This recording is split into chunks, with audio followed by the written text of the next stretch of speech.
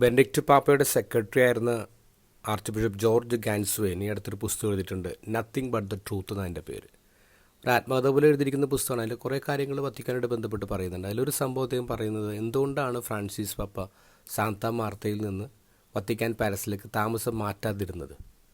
Francis പാപ്പയെ ആദ്യമായിട്ട് Vatican palace കാണിക്കാൻ കൊണ്ടുപോകുന്ന ഈ സെക്രട്ടറിയാണ്. അത് കഴിഞ്ഞ് പിറ്റേ ദിവസം ഫ്രാൻസിസ് പാപ്പ ഈ സെക്രട്ടറിയോട് പറഞ്ഞോടോ, സാധാരണ ഞാൻ നന്നായിട്ട് ഉറങ്ങുന്ന ഒരാളാണ്, പക്ഷേ ഈ അപ്പാർട്ട്മെൻറ്റ് കണ്ടേ പിന്നെ എൻ്റെ ഉറക്കം നഷ്ടപ്പെട്ടു കേട്ടോ.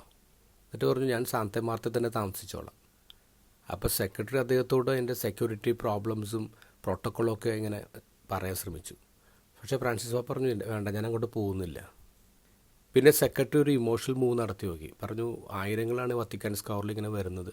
അപ്പോൾ വൈകുന്നേരം ആകുമ്പോഴേക്കും പാപ്പയുടെ മുറിയിലെ വെട്ടവർക്ക് വലിയൊരു പ്രതീക്ഷയാണ്. അവിടെ പാപ്പയുണ്ടത് പാപ്പയുടെ മുറിയിൽ നിന്നൊക്കെ ആൾക്കാർ പറയും. പക്ഷെ അവിടെ വെട്ടൂലെങ്കിലോ അങ്ങ് അവിടെ താമസിച്ചില്ലെങ്കിലോ. പക്ഷെ അതൊന്നും വർക്കൗട്ടായില്ല. സാന്താ മാർത്തയിൽ തന്നെ താമസിക്കാൻ ഫ്രാൻസിസ് പാപ്പ തീരുമാനിക്കായിരുന്നു. ഫ്രാൻസിസ് പാപ്പയുടെ പ്രധാനപ്പെട്ട ഗുണങ്ങളൊന്നാണ് ഇങ്ങനെ സാധാരണക്കാരെ പോലെ ജീവിക്കുക എന്നുള്ളത്.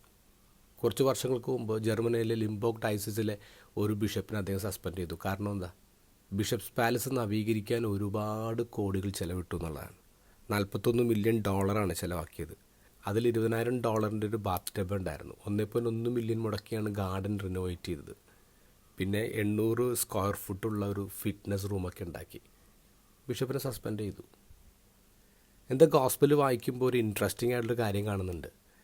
2 ശിഷ്യന്മാർ ചോദിക്കുന്നുണ്ട് നീ എവിടെ താമസിക്കുന്നത് ഈശോയോട്. അപ്പോൾ വന്ന് കാണുന്നു പറയുന്നു. അതുകൊണ്ട് അവർ ഈശോയുടെ കൂടെ താമസിച്ചു എന്ന് പറയാം. എവിടെയാണ് താമസിച്ച ആ സ്ഥലത്തെക്കുറിച്ച് ഒരു ഡീറ്റെയിൽസും അവിടെ പറയുന്നില്ല, ഒന്നും പറയുന്നില്ല. അതെന്താണ്? അങ്ങനെ പറയത്തക്ക ഒന്നും അവിടെ ഉണ്ടായിരുന്നില്ല. പിറ്റേ ദിവസം ഒരു ശിഷ്യൻ പറയുന്നത് ഞങ്ങൾ മിശിഹായെ കണ്ടു എന്നാണ്. ഞങ്ങൾ ഈശോയുടെ താമസ സ്ഥലം കണ്ടു, അത് ഭയങ്കര ഗംഭീരമായിട്ടുണ്ട്, അങ്ങനെയൊന്നുമല്ല പറഞ്ഞു. ഞങ്ങൾ മിശിഹായെ കണ്ടു. മിശിഹായ അല്ലാതെ വേറെ ഒന്നും അവരവിടെ കണ്ടില്ല എന്നുള്ളതാണ് ഈശോയുടെ താമസ സ്ഥലത്തിൻ്റെ പ്രത്യേകത. നമ്മുടെ ചില പള്ളികളിൽ കയറുമ്പോൾ, ആഡംബരമുള്ള ചില പള്ളികളിൽ കാണുമ്പോൾ നമ്മളിങ്ങനെ അന്തം വിട്ട് നിൽക്കും. കാരണം മനോഹരമായ തൂണുകൾ, ചിത്രപ്പണികളുടെ ആൾത്താര, വലിയ സുന്ദരമായ ഡൂം, ഇതൊക്കെ നമ്മളിങ്ങനെ മനോഹരമായിട്ട് വർണ്ണിക്കും. പക്ഷെ അവിടെ ഈശോയെ കണ്ടു എന്ന് ആരും പറയുന്നില്ലല്ലോ.